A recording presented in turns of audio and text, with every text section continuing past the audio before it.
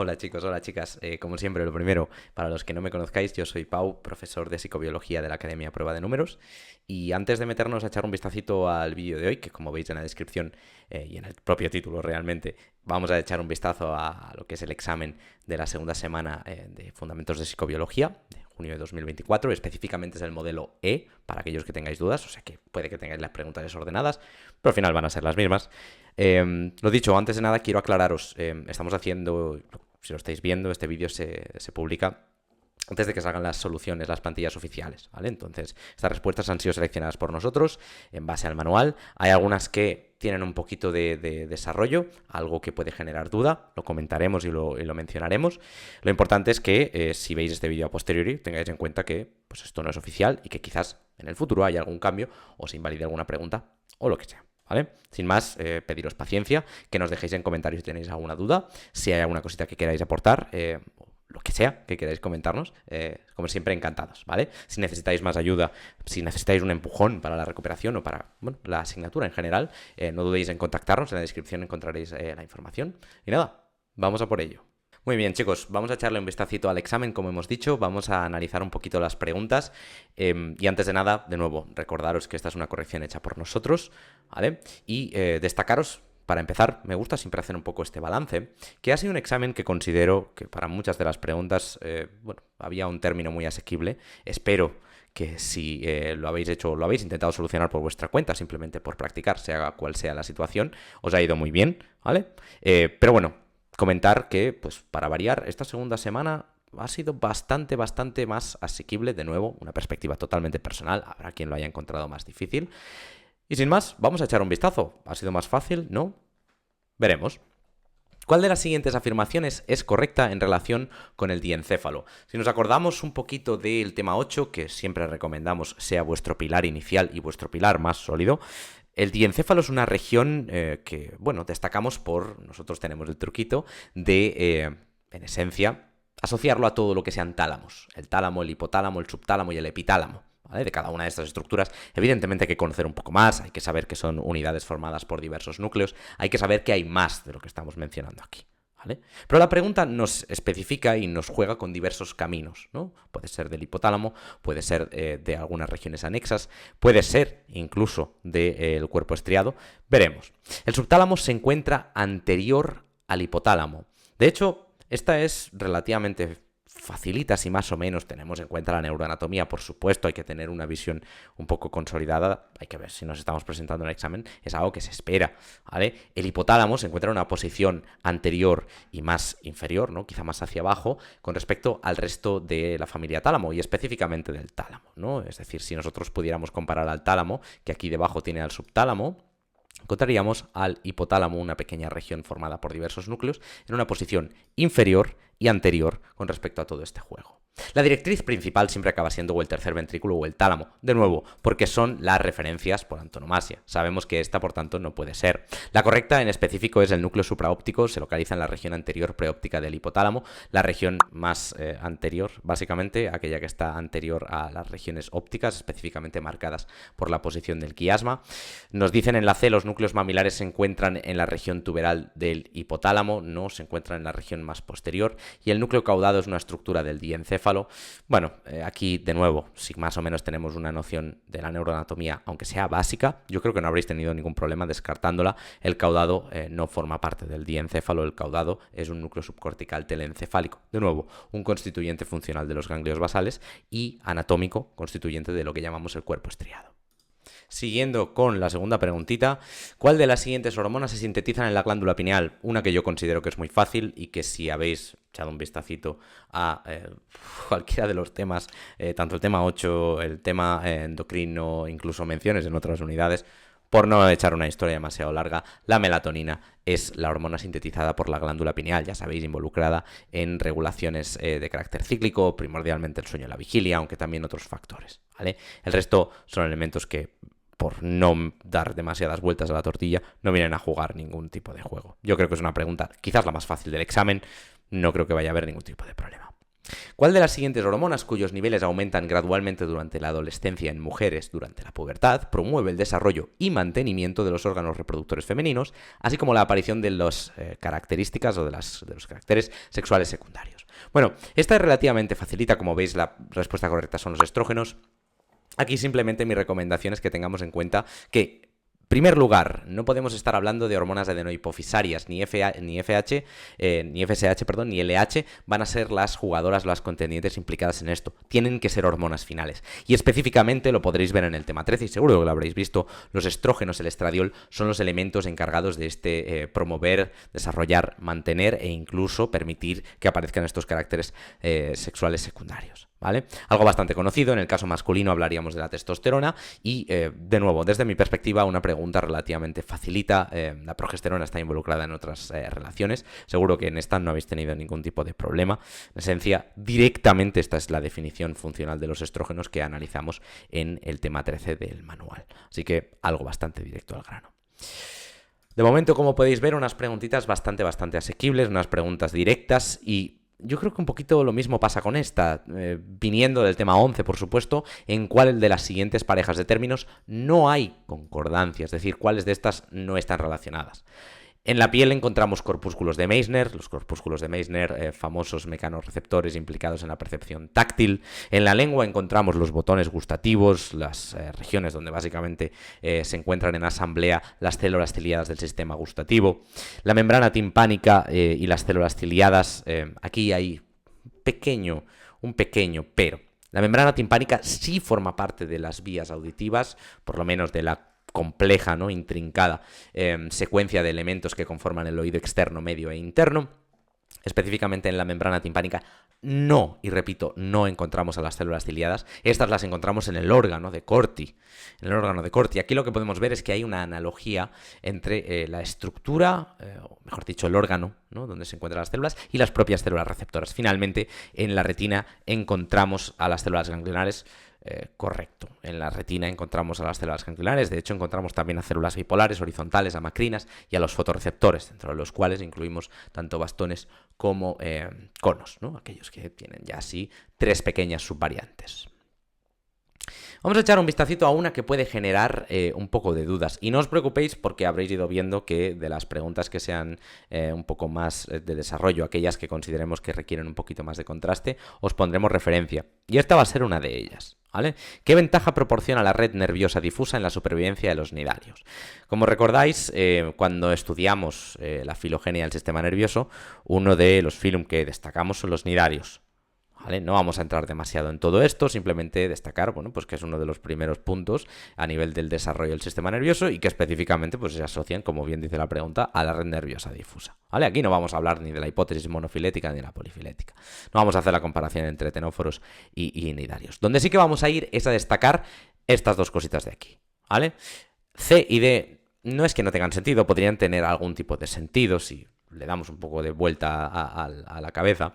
Mejor capacidad para almacenar energía, en este caso no tiene demasiado que ver con la función nerviosa, podríamos encontrar alguna analogía, pero en el manual no se habla de ninguna referencia a esta índole. Menor necesidad de alimentos para sobrevivir, tanto de lo mismo, realmente si nos paramos a pensarlo, y es un poco una falta de necesidad. Yo creo que todo el mundo habrá visto en el examen, o espero que así haya sido esta lógica, pero bueno, a medida que aumenta la complejidad necesitamos más aporte energético, por tanto lo que se requiere es un mayor nivel de optimización o un mayor aporte de energía, ¿no? Por tanto, menor necesidad de alimentos en este caso tampoco tendría demasiado sentido si vemos que la máquina se va mejorando, ¿no? En la filogenia. Pero bueno, ya os digo, este desarrollo, disculpad un poco la tangente, la idea simplemente es destacar estos dos puntos: mayor capacidad de movimiento o respuestas rápidas a estímulos ambientales. Sí que es cierto, y aquí os voy a poner los dos puntos del manual, y esto queda un poco también a la interpretación, yo os voy a dar un poco mi perspectiva, como siempre, esto no es una corrección oficial de la UNED.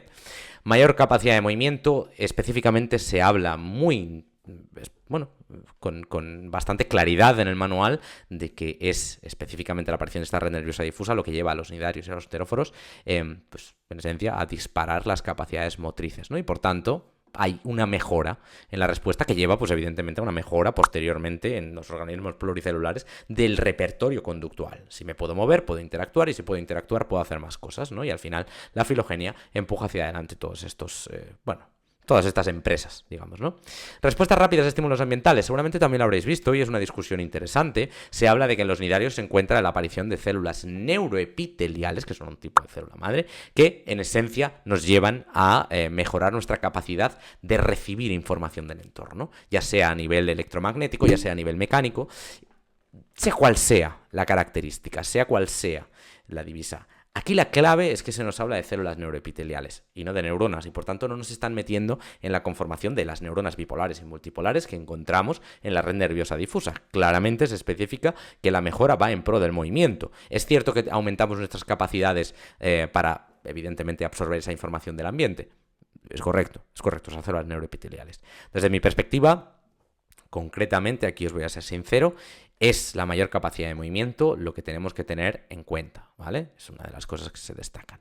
Evidentemente, eso no quiere decir que no haya una mayor capacidad para responder también a los estímulos, simplemente que hay pues una serie de pequeños detalles que, como os digo, os pondremos y que, bueno, una vez salgan las correcciones, y si lo habéis visto con las correcciones, pues podéis echarle un vistazo y contrastarlo, veremos a ver cuál es la perspectiva, ¿vale? Yo os expongo aquí esta información, os la hago saber y, bueno, os digo que esta pregunta realmente no está muy bien llevada. Honestamente, esto sería algo con lo que yo lucharía un poquito, ¿vale?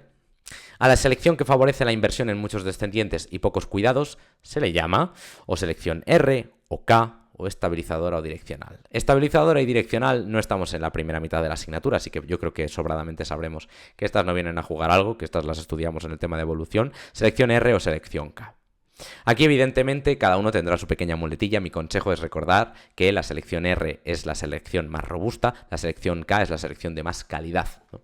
Pequeño truquito, ya cada uno que lo haga o que lo asocie como mejor le venga, evidentemente seguro que tendréis vuestras muletillas. La idea es que cuando hablamos de una inversión en mucha descendencia y poco cuidado de la misma, estamos hablando de una selección más robusta, más R. Robusta no porque sea mejor, no cambiamos esto, simplemente es una forma de recordar estas características, ¿no? La selección K promueve una inversión en menos descendientes, implicando más cuidados, y por tanto eso nos lleva, por supuesto, por la medida de un desarrollo filogenético como el que estudiamos hacia el final del tema de filogenia, ¿vale? Y con las características evidentemente asociables a todo esto.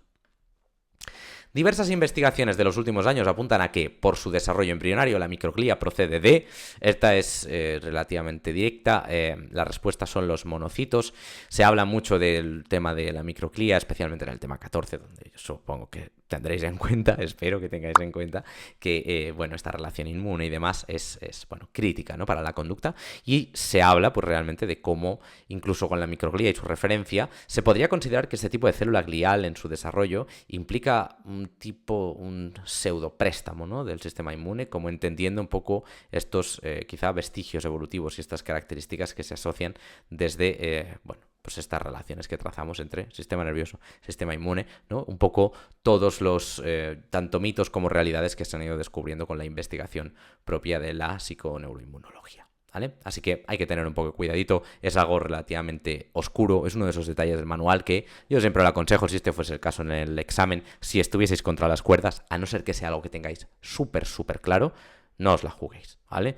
No estoy abogando por no responder preguntas, evidentemente la clave del éxito es el estudio, la preparación y un poquitín la suerte, no nos vamos a engañar, pero evidentemente también hay que ser pragmático y en un examen hay que luchar y ser inteligente. Ese es el consejo que os doy. Si os veis contra las cuerdas, esta es una de esas que yo quizás no me la jugaría si estuviera en una situación un poco más comprometida.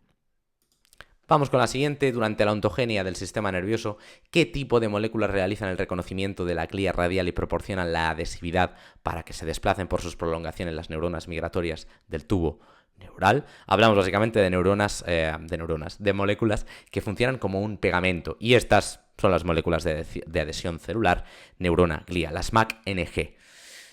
Esto es simplemente una asociación. Yo creo que si hemos estudiado el tema de ontogenia lo habremos visto súper claro. Las moléculas de la matriz extracelular en este caso no vienen a jugar. Hablamos de las moléculas que permiten esa interacción con la glía radial, así que no tendría mucho sentido. Sustancias neurotróficas y sustancias neurotrópicas están más relacionadas con aspectos asociados tanto a la supervivencia como a la guía. Entonces, esto no tiene tampoco mucha base, ¿vale? De nuevo, una pregunta que yo creo que si hemos estudiado el tema de ontogenia, seguro que la habéis hecho súper bien, porque honestamente es algo bastante claro.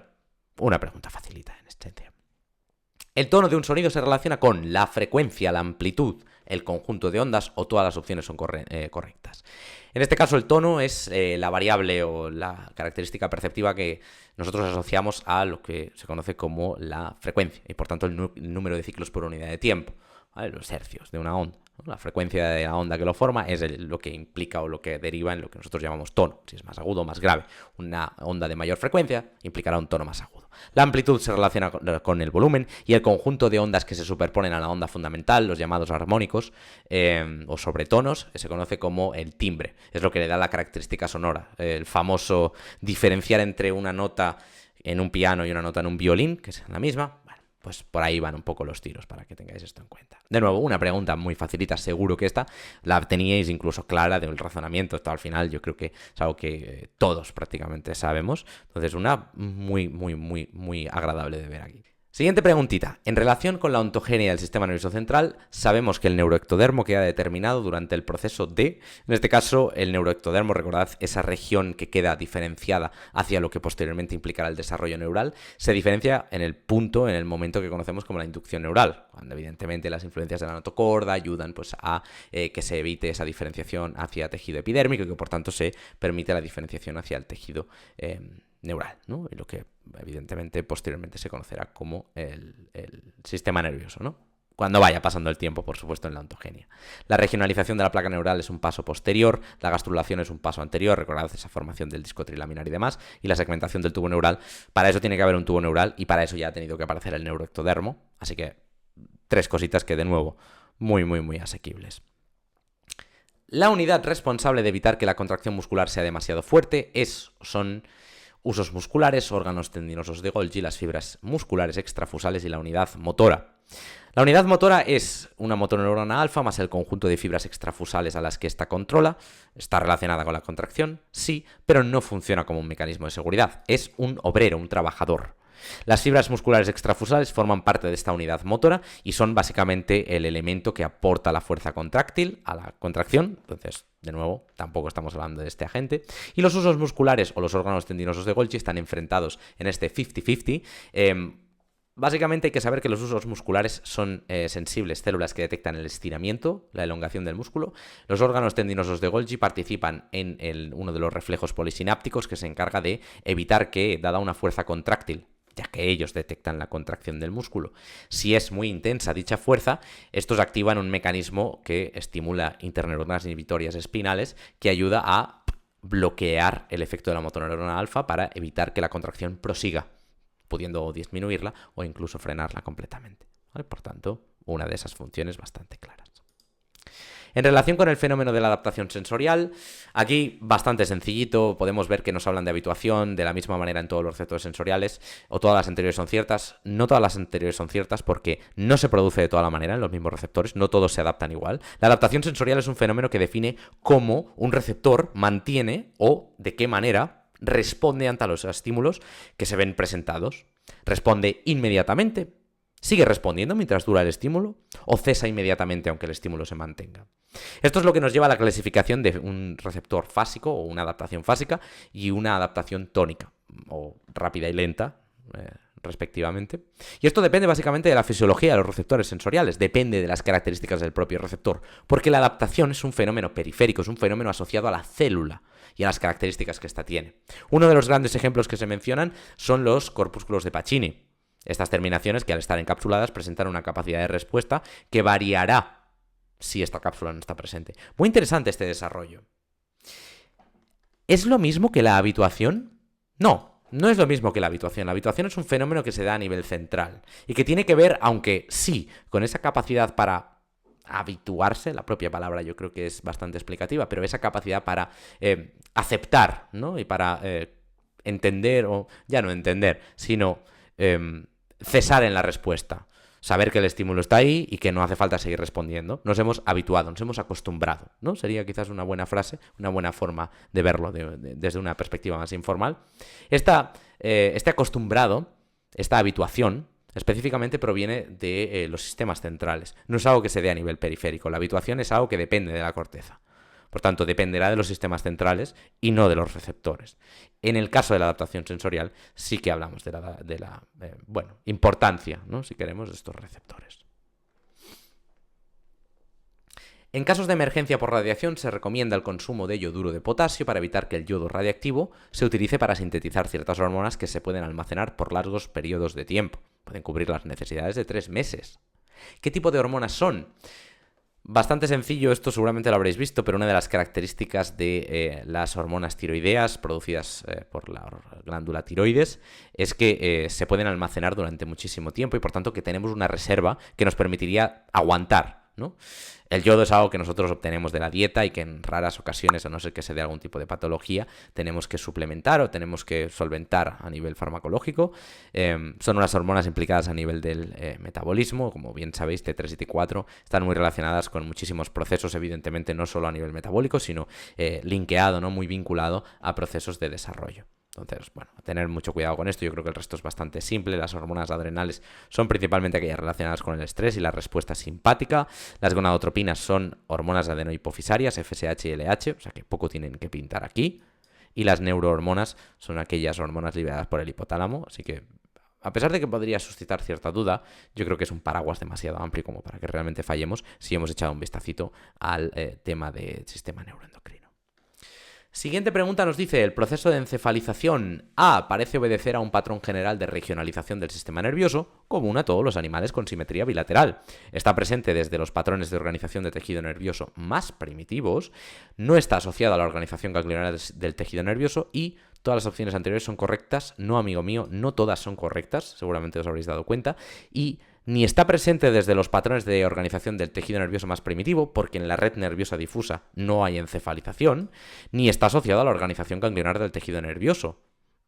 O realmente sí, esa es la clave. Nos dicen, no está asociado a la organización ganglionar del tejido nervioso. Evidentemente que lo está. Es precisamente en el sistema nervioso ganglionar donde se empieza a apreciar este proceso de encefalización, ¿no?, el crecimiento de los ganglios cerebroideos y todo lo que acaba llevando al desarrollo filogenético y la aparición de un sistema nervioso central en los vertebrados. Algo que seguramente tendréis súper claro. Obedece a un patrón general de regionalización del sistema nervioso común a todos aquellos animales con simetría bilateral. Esta es literalmente la frase definitoria del proceso de encefalización y la concordancia que hay desde la aparición en invertebrados hasta su desarrollo, podríamos decir, más alto, ¿no?, más álgido en los vertebrados. Durante el desarrollo embrionario, el romboencéfalo presenta un patrón de segmentación típico de todos los vertebrados, que está dirigido por genes Hox, que se expresan en el romboencéfalo en el mismo orden lineal que ocupan en los cromosomas. Está formado por unidades repetidas denominadas rombómeros que tienen identidad propia y límites marcados con los adyacentes, y está provocado por señales inductoras procedentes del ectodermo y la placa del techo. En este caso, básicamente, estaríamos hablando de uno de los puntitos que define la regionalización del tubo neural, así que esto no es correcto, sino que en el caso del romboencéfalo, una estructura vesicular, como sabéis, del sistema nervioso central, que acabará dando lugar a regiones troncoencefálicas, A y B son correctas. El desarrollo lineal asociado a la posición en los cromosomas ayuda a permitir un desarrollo también lineal de lo que son las estructuras troncales e incluso las conexiones, ¿no?, de lo que será, pues evidentemente, cada uno de los pares craneales. Está formado también por unidades repetidas, especialmente durante este desarrollo vesicular. Posteriormente estas unidades desaparecen, que se conocen como rombómeros, ¿no? Luego, evidentemente, hay otras estructuras, otras divisiones, conocidas como neurómeros. Seguramente también recordaremos las divisiones seccionales conocidas como metámeros. En este caso, dentro de la ontogenia, esto es algo bastante importante que nosotros destacamos muchísimo en el tema de la teoría de la ontogenia. Uno de los puntitos, yo creo, clave. Algo que no es común ver, pero bueno, los genes Hox siempre son una canción que incluso en la primera parte se va repitiendo. Así que es algo con lo que hay que tener mucha prudencia. En ambos casos, este control hay que tenerlo muy bien controlado, valga la redundancia. Cuando se da una situación estresante se libera una hormona que, entre otros efectos, produce una inhibición de las respuestas del sistema inmune.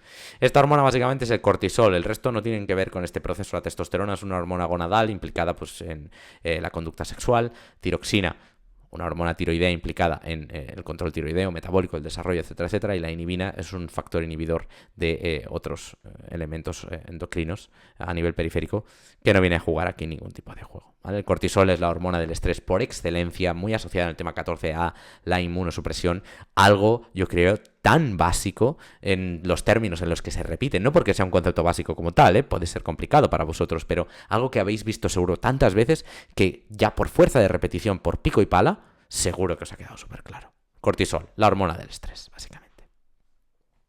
A continuación describimos varias diferencias generales que existen entre los músculos de la pierna y los del ojo, los grandes y los pequeños. Señalar la incorrecta, mucho cuidado con esto, que las carga el diablo con estas.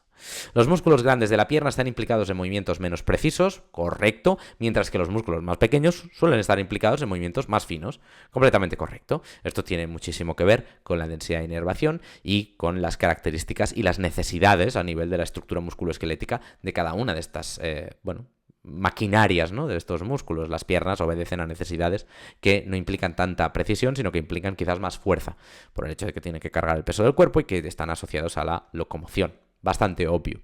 Los usos musculares más grandes, los músculos más grandes suelen presentar más usos musculares que los músculos más pequeños. Esto es incorrecto, es al revés. La capacidad, ¿no?, para detectar ese estiramiento y por tanto la presencia de usos musculares, eso es la función que tienen los usos musculares, obedece a una necesidad que se basa en la precisión. Los músculos más grandes tienen menos usos musculares, los músculos más pequeños tienen más usos musculares. Los músculos grandes de la pierna suelen tener una menor densidad de inervación, mientras que los músculos más pequeños, como los del ojo, tienen una tasa de inervación más alta.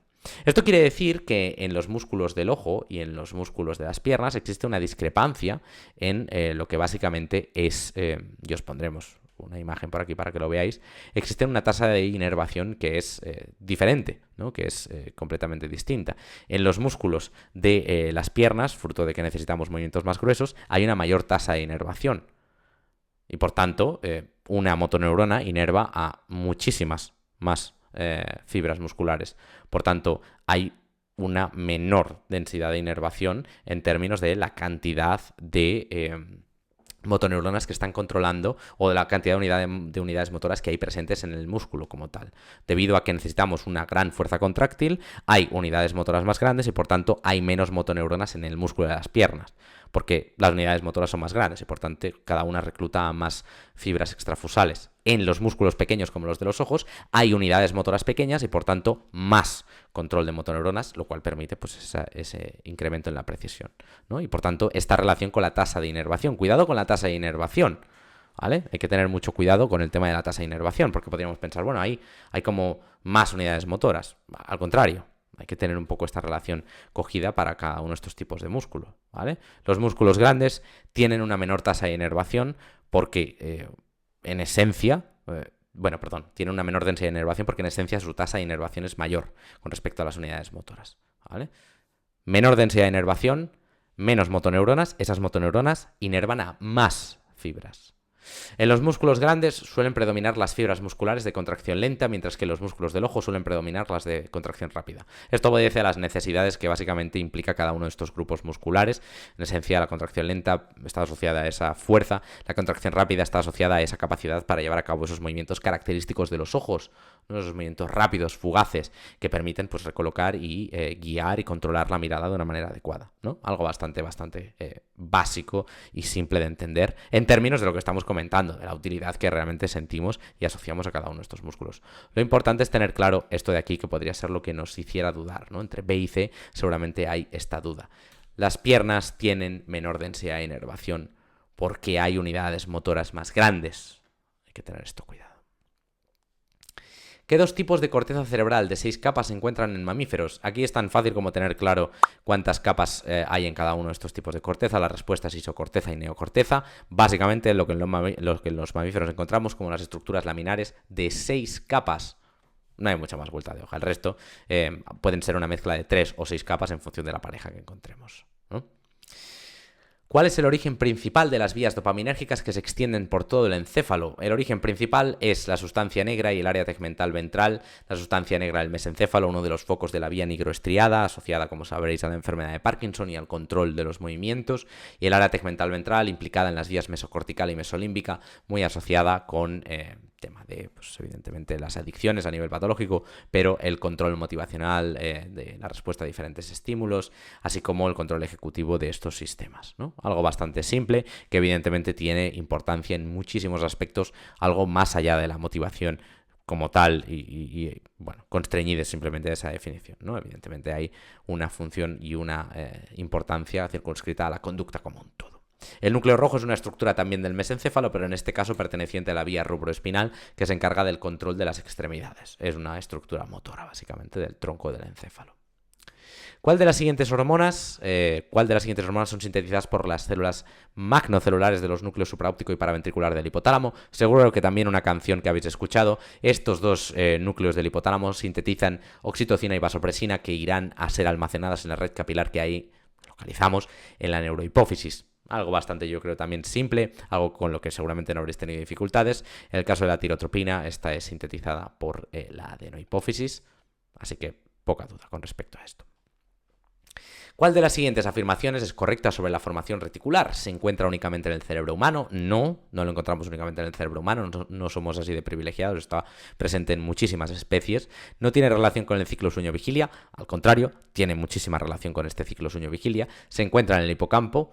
No, se encuentra en el tronco encefálico, no se encuentra en el cerebro, y es fundamental para mantener la atención y el estado de alerta. Correcto, gracias a la liberación de neurotransmisores como la acetilcolina o la noradrenalina, está muy implicado en el control del arousal, la alerta, la vigilancia. Este tipo de procesos que se asocian, podríamos decir, a la atención, pero a un paraguas que implica la actividad cerebral como un todo, ¿no? En el caso de la inmunidad celular, no son células presentadoras de antígenos los neutrófilos, el resto sí que lo son, tanto macrófagos como linfocitos B, como las células dendríticas. Mucho cuidado con este detalle del tema 14, que es muy oscuro y sale más de lo que pensaríamos. Son células que se encargan de presentar esos antígenos. Recordad esa función que se asocia mucho a, evidentemente, a la inmunidad específica, ¿no? Entonces, tengamos mucho cuidadito con esto, es un detallito oscuro, lo podéis encontrar en el manual, evidentemente, pero os recomiendo que seáis prudentes y seáis cuidadosos con el tema de las células. De nuevo, una preguntita que quizá no sea la más difícil de todas, porque seguramente la tendréis en cuenta, pero si tuvierais dificultades con estas cositas, mi recomendación, no nos la juguemos. Son dos preguntas de momento las que yo creo que, fruto de una cosa tan específica, podríamos tener muchísimas dudas. Entonces, estas dos, siendo tan extremas, quizás las dejaría simplemente si tenemos una seguridad absoluta. Vamos a por una pregunta que yo creo que se cae por su propio peso. Una característica de la psiconeuroinmunología es la de considerar que las interacciones entre los tres sistemas, endocrino, inmune y nervioso, y la conducta, se hacen bidireccionalmente. Lo vemos al principio del tema 14. No tenemos que encontrar una secuencia, no tenemos que encontrar no tenemos que encontrar ninguna historia. Las, básicamente, interacciones se hacen entre cada uno de estos sistemas. Evidentemente puede haber algunos relevos interesantes, pero ambos pueden interactuar y pueden afectar a la conducta bidireccionalmente. Es decir, la conducta les puede afectar también a ellos, ¿no? Por tanto, no hay mucho misterio. Bidireccionalmente. En relación con la codificación de la modalidad sensorial, sabemos que depende, una pregunta clásica del tema 11, me encanta, en esta siempre metemos mucha intensidad nosotros en clase, el tipo de energía, el tamaño del campo, la zona del sistema nervioso o los diferentes tipos de estímulos nerviosos producidos por los diferentes estímulos. En primer lugar, el idioma del sistema nervioso es el impulso nervioso, y no hay impulsos nerviosos amarillos, naranjas y rojos. Hay impulsos nerviosos o no los hay. Puede haber muchos, puede haber pocos, pero o hay o no hay. Así que no hay un idioma para cada tipo de estímulo o para cada modalidad sensorial. El tipo de energía estimular no importa, porque todo acaba codificado en el idioma, la electricidad, el impulso, el potencial de acción. Da igual lo que hagamos. El tamaño del campo receptivo. No sé muy bien qué deciros aquí. El campo receptivo es la región periférica en la cual si cae un estímulo o si cae la estimulación en ese punto, activa el receptor específico que controla esa misma región. Es algo periférico, es algo que no codifica la modalidad sensorial en cuestión. Es simplemente la zona del espacio asociada a ese control estimular. Nada más. Lo que sí que implica esa interpretación y por tanto la modalidad sensorial es la zona del sistema nervioso al que llegan esos impulsos. Y esto lo podemos encontrar directamente con la estimulación intracraneana a nivel eléctrico. Podemos encontrar que es básicamente el impulso nervioso a dónde llega en la corteza cerebral que se asocia al sentido en sí. Tan simple como eso. Es el cerebro quien manda en este reino. Hay que tener cuidado con ello. Es muy, muy llamativo y sobre todo la A, mucho cuidado con eso. Da igual el idioma de entrada. Lo importante es el idioma con el que nosotros trabajamos. Y al final es el mismo para todas las modalidades. Lo único que cambia para cada una, el destino al que llega ese idioma. El destino a donde alcanza ese mensaje. A nivel central, por supuesto. ¿Vale? Mucho cuidado con eso. En relación con los receptores olfatorios, sabemos que en nuestra especie se localizan en la mucosa olfatoria u epitelio olfatorio, correcto. Proyectan cilios, que son ramificaciones de la única dendrita que poseen, porque son neuronas bipolares, hacia el interior de la capa mucosa, correcto. Los cilios están protegidos por la capa mucosa, es algo bastante importante. A diferencia de otras neuronas, porque son neuronas, se regeneran cada 60 días. Completamente cierto. Toda esta información la encontráis literalmente en la presentación de los receptores olfatorios, en el tema 11, hacia el final del tema 11. No hay mucho más misterio. Todo esto es súper correcto. Son neuronas que se regeneran asiduamente, son neuronas bipolares, se ubican en el epitelio olfatorio. Básicamente, sus cilios están ubicados en la región de la capa mucosa. De nuevo, protegidos. Así de simple. Las denominadas células asesinas del sistema inmunitario son monocitos que se transforman en granulocitos. No, son un tipo de linfocito. Pertenecen a la tercera línea de defensa de la respuesta inespecífica del organismo. Sí, forman parte de este nivel de defensa. La tercera específicamente, lo podréis ver muy claro. Una imagen que me encanta del manual, donde se aprecia una lesión en la cual aparecen los diferentes niveles, ¿no? La piel, la inflamación, que es esta segunda unidad con todos los elementos asociados a la misma, y las células asesinas que forman parte de esta respuesta celular que es un poquito más concreta. No quiero decir que sea específica, ojo, cuidado, ¿eh? Quiero decir que, evidentemente, se asocia a algo un poquito más elevado, jerárquicamente más importante, ¿no? La piel es la primera, inflamación es la segunda, células killer son la tercera, o pertenecen a la tercera. ¿Son granulocitos que se transforman en macrófagos? No, de nuevo, linfocitos. ¿Y pertenecen a la segunda línea de defensa? No, pertenecen a la tercera. ¿Vale? Luego os pondremos las referencias, así que no os preocupéis. Señale la respuesta correcta en relación con la organización jerárquica de los sistemas motores. Las órdenes motoras fluyen de los niveles inferiores a los superiores. No, eso es en el sistema sensorial. ¿Existe una autonomía total en todos los niveles del sistema motor? No, existen niveles donde hay un control cortical muy fuerte. Las órdenes motoras fluyen desde los niveles superiores a los inferiores. Correcto, desde el presidente de la empresa hasta los obreros. Así es como funciona el sistema motor. De la corteza, si es que pertoca, hacia la médula espinal, si es que pertoca, ¿vale? No hay una gradación de funciones entre los distintos componentes del sistema motor, perdonadme. Sí que hay una gradación, es básicamente la jerarquía de los sistemas motores. No existe el mismo nivel de importancia en la médula espinal que en la corteza cerebral, simplemente asociado a la función que cada una de estas regiones cumple, no a que una se merezca más dinero que otra, ¿vale? No estamos hablando de eso. Señale la secuencia correcta de eventos que ocurren en la fibra muscular tras la llegada de un potencial de acción a los botones terminales de una motoneurona alfa. Vamos a hacer el viaje, porque realmente esto simplemente es saber escoger. Lo primero y más importante, para que haya una sinapsis, se tiene que liberar un neurotransmisor. La llegada del potencial de acción a los botones terminales, en cualquier neurona, a no ser que haya circunstancias especiales, implica la liberación de un neurotransmisor. Lo primero es que se libera acetilcolina. No y no. Si no se libera acetilcolina, no pasa nada. La acetilcolina irá a la fibra, a la región de contacto de la placa, interactuará con los receptores nicotínicos. Estos se verán estimulados, se abrirán los canales de sodio y de potasio. Esto producirá una despolarización conocida como el potencial de placa, y este potencial de placa disparará un potencial de acción, lo cual permite que se dé la contracción de la fibra muscular. Este es el orden: despolarización y potencial de acción. ¿Se libera acetilcolina? Sí. ¿Se produce un potencial de placa en la fibra muscular? No. Para eso se tienen que abrir primero los canales. Así que esto lo tenemos que colocar aquí.